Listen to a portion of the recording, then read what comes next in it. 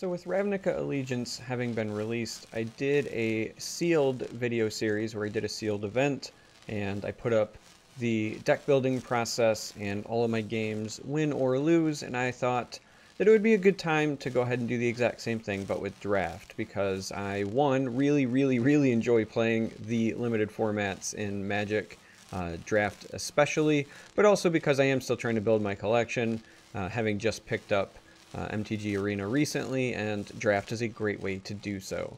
And without further ado, we're going to go ahead and start the draft process now. I do have enough of the regular currency to do so, and right out of the gate, I get faced with one of those difficult decisions because in draft, the lands are not necessarily something that you prioritize highly, especially if you're just trying to win. However, I need them for my collection. And it hurts because there are other great cards in this pack. For example, this Consecrate and Consume is really solid. And we also have some other good potential picks here as well. I'm a big fan of the Frenzied Erranks, for example. The Riot and Trample combination along with the activated ability is a nightmare to deal with. And I'm also just a big fan of the red-green and the blue-green combos, so the Gruul and the Simic in the Allegiance limited pool. So this hurts me inside, but I'm going to pick the Godless Shrine because I desperately need it so that I can start making some cool deck building videos for you guys. But I think normally if I'm looking at this pack, I would probably have considered taking this here because that card is very strong. So this makes me a bit sad, but we're going to take this Godless Shrine to start. And now we're going to see what we got here. Alright, if you're going Simic, this guy is not terrible. Not great, but not terrible. Regenesis is kind of nice just because it is an instant after all. So you can do it end of turn, get some value that way. Let's see what else we got in here. I do like the Syndicate Messenger. Flying with Afterlife is good. We have more flyers. The Ill-Gotten Inheritance I usually like to run as a one of.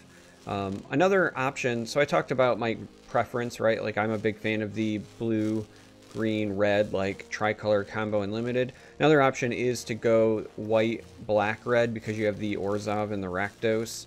And I'm kind of looking here, and there's a lot of stuff that is in this pack in those colors. Good chance they'll wheel back to us. So I actually think we're going to go ahead and take this flyer here because it's got Evasion and Afterlife, and hope some of that stuff comes back. And alright, Sky Tether's okay pseudo removal. Not terrible. Knight is kind of nice because of the Afterlife, as is the Debtor's Transport. So even though we took this Godless Shrine, we might end up just going Orzhov here. Orzhov / Rakdos. This is also pretty solid. Eyes Everywhere is incredibly powerful. Now we're only a couple picks in. There's an argument to be made about maybe I take this and then if I see more powerful stuff then I transition over. Scorch Mark is also really good removal. Flames of the Raise Board is also really good removal.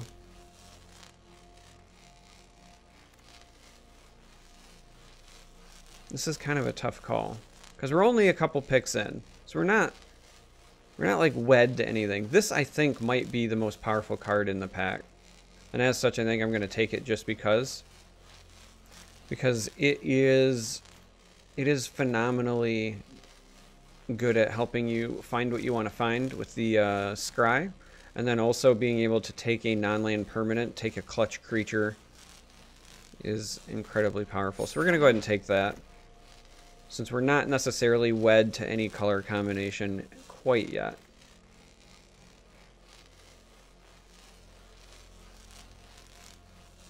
Alright, it's a good draw engine. I'm a big fan of this, just because if you are playing Gruul, both of these are very cheap, and they are quality, like utility options. I'm a big fan of Act of Treason, at least as a one-of index. I like the lifelink guy. I like the veteran here. This is pseudo removal. So now we're back to trying to decide, do we continue down our white, black, potentially red path, right? Or do I consider going into this blue, green, red direction? Because again, this is probably the most powerful card in the pack at the moment. But I am a big fan of the vampire. I think we're going to end up taking this vampire just because it's also flexible in some ways. That is a tough call, though.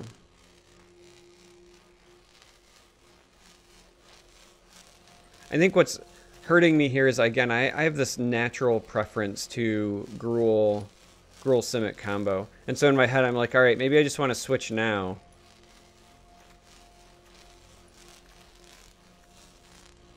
I think I actually am going to do that. I'm going to end up regretting this later. I just know it. I just know it. All right. Scorchmark, solid. Act of Treason, solid. Again, more messengers. Those could have been good. I'm a big fan of Rafter Demon. I'm also a big fan of Clamor Shaman. So right now, for me, it's a decision between the Shaman and a Scorchmark. Kind of a tough call. I feel like Shaman still ends up being slightly better. Even though this is removal, the 2 damage isn't super relevant. Shaman being able to routinely make something not be able to block is kind of a big deal. And again, I'm a big fan of Act of Treason, but I think we're going to take the Shaman here.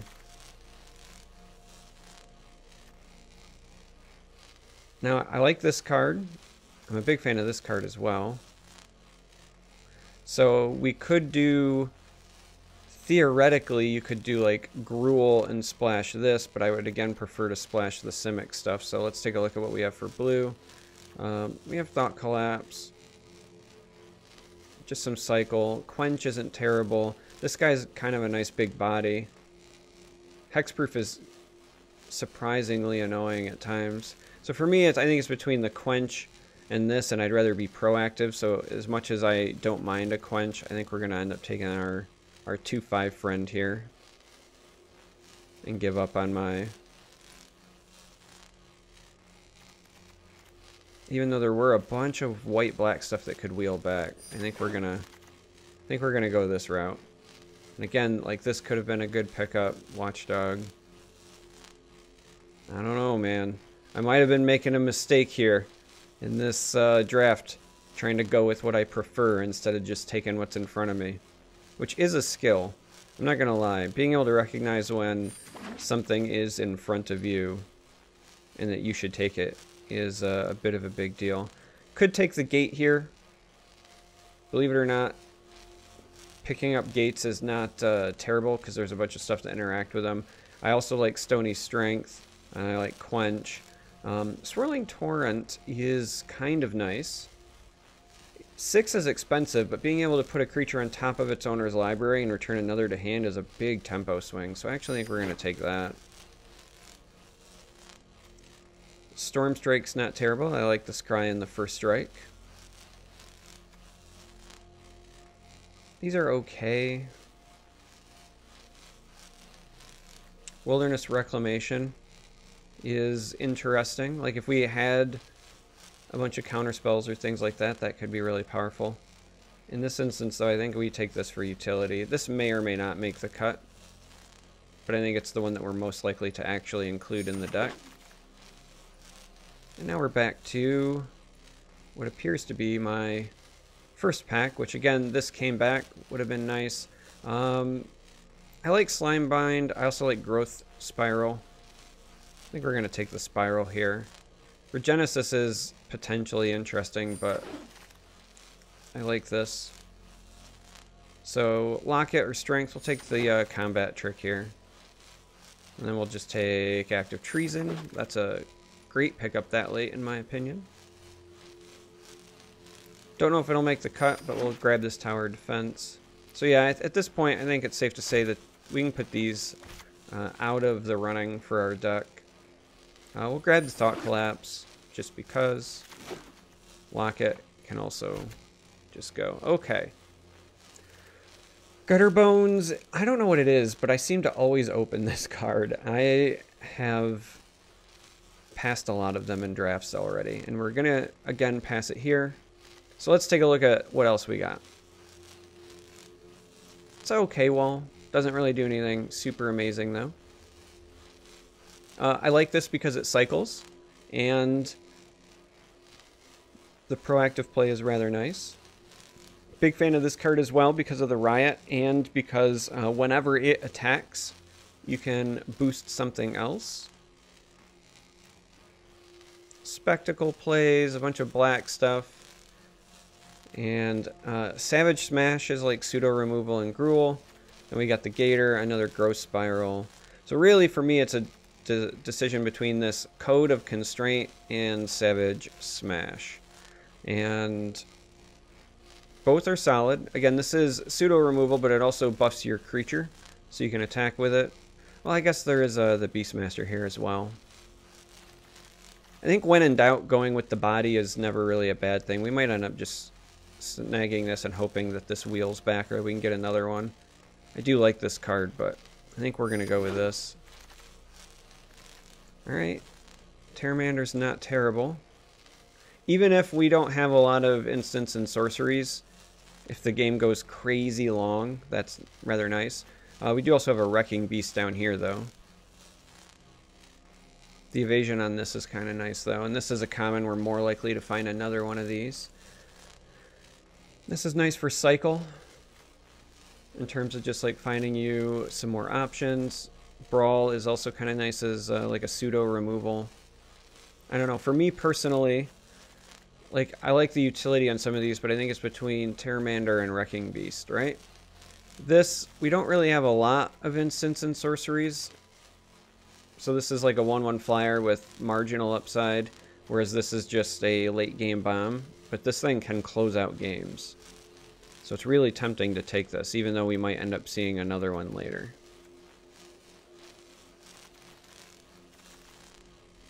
Kind of a tough call. I still feel like taking the evasion, just having some sort of flying is kind of nice as well. And then hoping to pick up another one of these later because it is a common. So I think we're going to do that. That's a very questionable pick by me, and I'll admit that. So, I'm a big fan of this guy. Basically like reusable removal, or you can deal direct damage. And if you have creatures with Adapt, it's even better.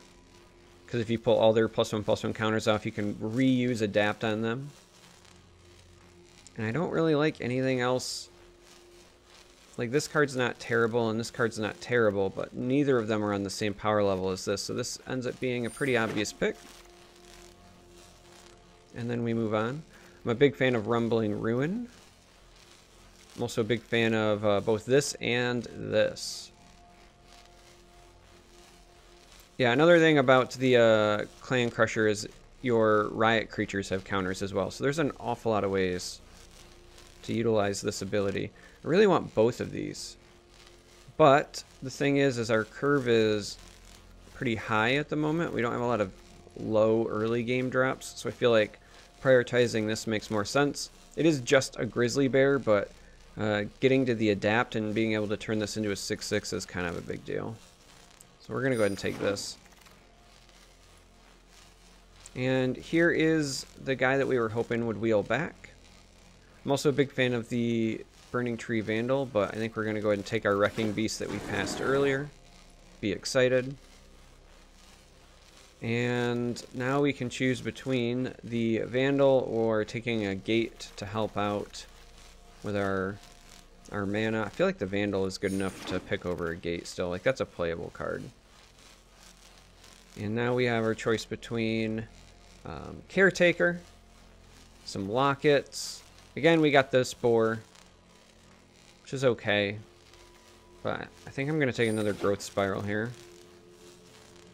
Oh, wow. This is a great pick this late. I will take this Spider and be very, very excited about it.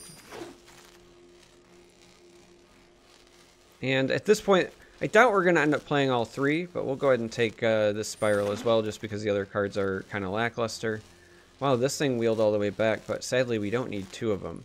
So now it's just a question of, do we want the brawl, or do we want to take this? And I feel like the Wayfinder ends up being better, because it helps lower our curve. And again, just utility, right? Helps us cycle through, so I guess we'll go ahead and do that. Anything that can bring us more consistency, I'm kind of a fan of. We'll take the Recluse here. I think it's slightly better than the Root Snare. Not likely to run it, but we'll take it. We'll gladly take the Rumbling Ruin at this point, though. Yeah, we'll take another Act of Treason. Might not end up running both, but I'm a fan. And these we can just go ahead and drag down to our sideboard. Wow! So many cards I want from this pack. This is a really good pack for somebody who's in blue, green, and red. I think this card is fantastic. A 3/3 for 2, always good. I think this card is fantastic. It is relatively easy to adapt, and then the fact that it gives everything flying is a big deal. This is just Mystic Snake on steroids, and I really want all of them, but how do you pass up the Mythic, right? And even more so, it's a Jellyfish Hydra Beast, you know? And it has flying, and it has trample, and you draw cards. Like, there's no way you don't take this. And in all honesty, I was kind of joking earlier about not running all these growth spirals, but now that we're running this, we might just turn this into like some sort of weird like ramp deck in limited. So we're gonna take that and be very, very excited. And we get past a Guardian Project, which also lets you draw cards. I don't know how we can turn that down. I mean, there's some other good stuff in this pack, don't get me wrong. I'm a big fan of this Goblin. I'm a big fan of the Scorch Mark. But it's an opportunity to pick up another rare, and this is also very, very strong and limited when you stall out. So we're going to go ahead and take that. We got past a Frog. If you're not familiar, this Frog is kind of awesome. It's 5 for a 3/3 trample, but when you enter its play, you can remove counters from among creatures you control and put twice that many on to this. So you can pull off like one counter, and this becomes a 5/5 trample for 5. And if you pull off 2 counters, then you get a 7/7 trample for 5, and so on and so forth. And because you can pull this off of creatures with Adapt, if you pull all of those tokens off, then you can re-adapt them later. So that is going to end up being our pick. There is Open the Gates and the Simic Guild Gate here as well, but that card just too good to pass up. And here it's going to be another Collision Colossus, which it's fine. Like I'm really excited about that pick. Ooh, tough call. I absolutely love the Guild Mages. I'm a big fan of this. Cannot be blocked by creatures with power 2 or less. And it's a 4/4 for 4. However, Rhythm of the Wild is fantastic. Giving pretty much everything Riot, and Riot stacks. So for example, if you were to play this with this, it would trigger the Riot twice. That's a big deal. This is a very, very powerful card in Limited, so we're going to scoop that up. And we don't need 3 of these. This is a tough call. I really kind of want to pick up a Guild Gate just to help with some of our fixing. But Fairy Duelist has evasion, and it's a combat trick. So it's kind of hard to pass that up. Another Growth Spiral. Another Open the Gates. Or a Creeper. Or just another 2-drop that lets us scry. This is actually a bunch of potentially playable stuff. I don't think we're ever playing like this many Growth Spirals. So I don't think we need to pick that up. So now it just comes down to, do we want even more search? But again, we've got Growth Spirals and a Wayfinder, so we probably pass on Open the Gates. So it's, this is our decisions, right? This can gain flying, and this allows us to scry. And we're still, like, we've got the Growth Spirals, I guess, as a bunch of 2-drops. Where are we at on 3s? We got the Act of Treason, which kind of doesn't count. think we're going to end up taking this here. I do like the idea of taking this just because of the scry as well. I'm not going to lie. Anytime we can be more consistent, I'm a fan. You know what? I'm actually going to take this. I like the consistency option. Again, we probably don't need 3 acts. This is an okay 1-drop. And then we also have the option for Quench or Slime Bind.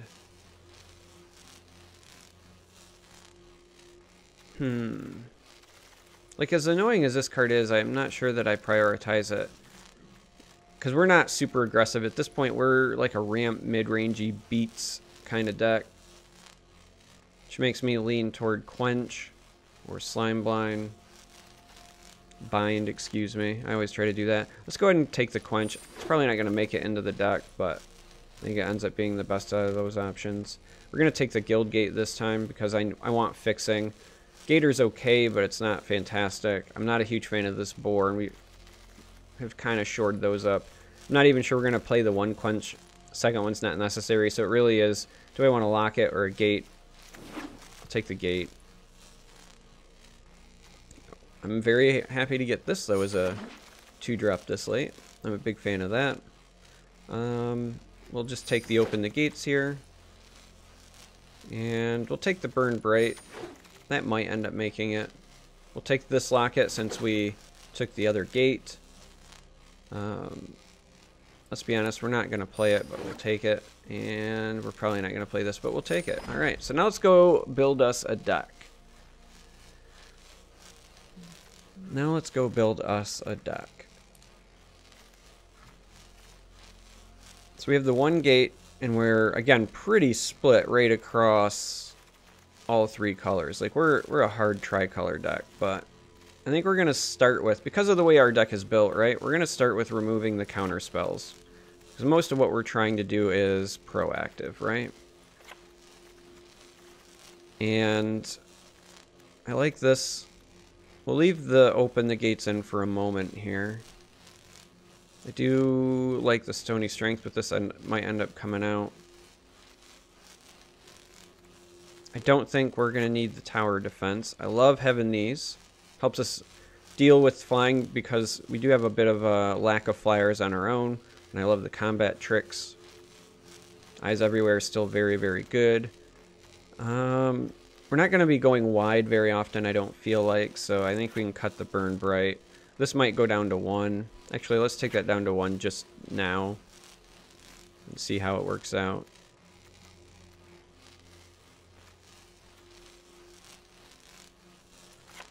You're good, but I think we have far better late game options, so you can come out for now. In fact, this might end up coming out as well, just because of the nature of our other late game options.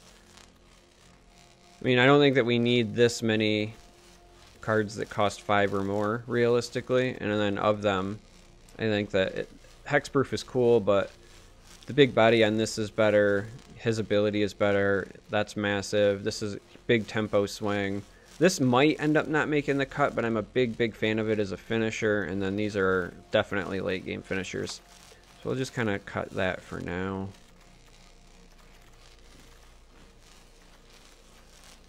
Again, the Open the Gates might go, and or the Growth Spiral. I'm a big fan of kind of keeping these in as cyclers, though, because they help with the Pteramander, and they help us ramp up to some of these bigger threats.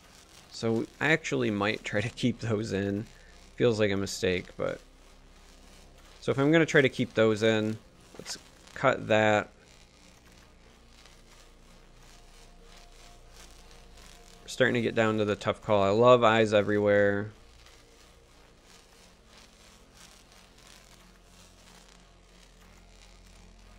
Love Rhythm. Still have 6 cards to cut from this. Which is kind of astounding when you think about it.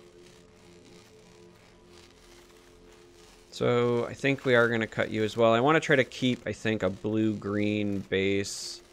Because if we are really going to be running this many Growth Spirals, I think hitting them is important. But we have so much that's good in red as well. Yeah, I think sadly this Rumbling Ruin, as much as I like it as a finisher, might end up coming out. And this Open the Gates might end up coming out as well in just favor of keeping these. Because thing is these are useful all the time. This is like nice when you need to find that land, but drawing a card is still drawing a card.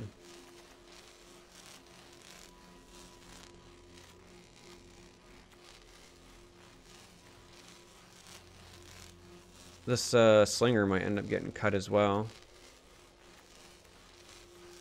So I think we're gonna cut this. And I think we'll cut the gates. And we'll cut the Slinger.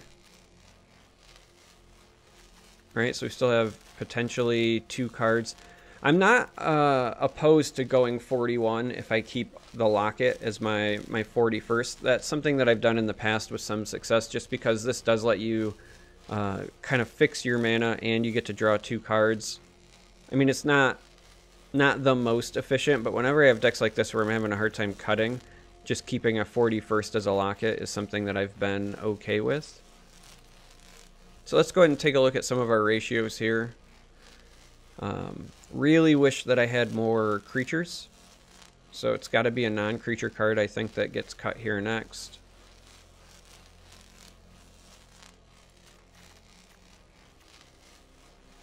And as sad as it is, it actually might be this Act of Treason again.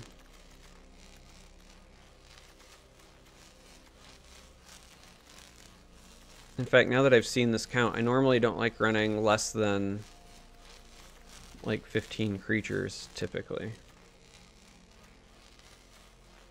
Though theoretically the Size Everywhere can take a creature for us.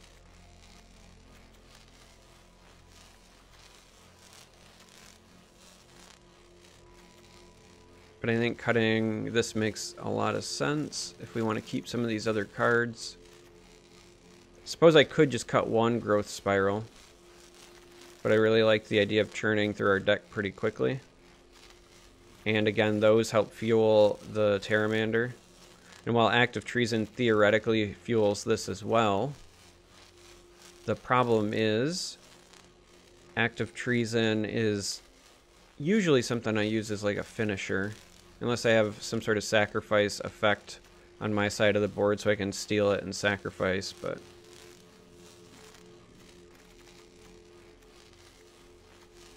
I think we're gonna cut this. I like keeping the rest of this as just a 41. And then we'll go back here and check our ratios. 6, 5, 3, and then 9 on our golds. So these all look okay. Only 5 islands is a bit worrisome for me. Because we do want to find one early enough that we can make sure we're playing our growth spirals.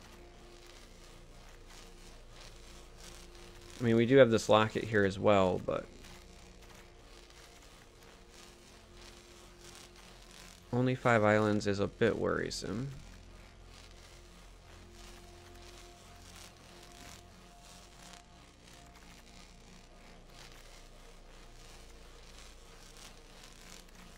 We have a lot of green that is necessary as well. There's part of me that wants to make this go down and this go up, just because then we're at 6 and 6 with this being the tiebreaker on the green. Wrecking Beast is our only double green, and that's not until you're at 7 anyway. So as long as I'm making sure that I'm hitting both of those early on. So we're actually going to go ahead and cut this and add ourselves one more island, right? So that we can stay at the 17 lands plus a Locket. And I think this is what we're going to go with. So this has been the draft. I don't know how I feel about it yet. I wish I had a few more like bomb rares, and if I'm being honest, I'm kind of forcing some things. The 3 Ghost Spirals trying to power into either Pteramander or the Hydroid as finishers feels a bit much, but, you know, I just want to do something different. This is far different from what I would normally draft in these colors. What I would normally draft is very aggressive, very red-green based with a splash of blue for the adapt. So this is a bit different. There's a chance this ends up going horribly and I go like 0-3. I guess you guys will have to see. But that's it for this video. Again, I do the draft and the deck building here, and then the future parts of the series will be the games, and I'll put the games up win or lose. So if you made it this far, thanks for watching, and I hope to catch you in the next video.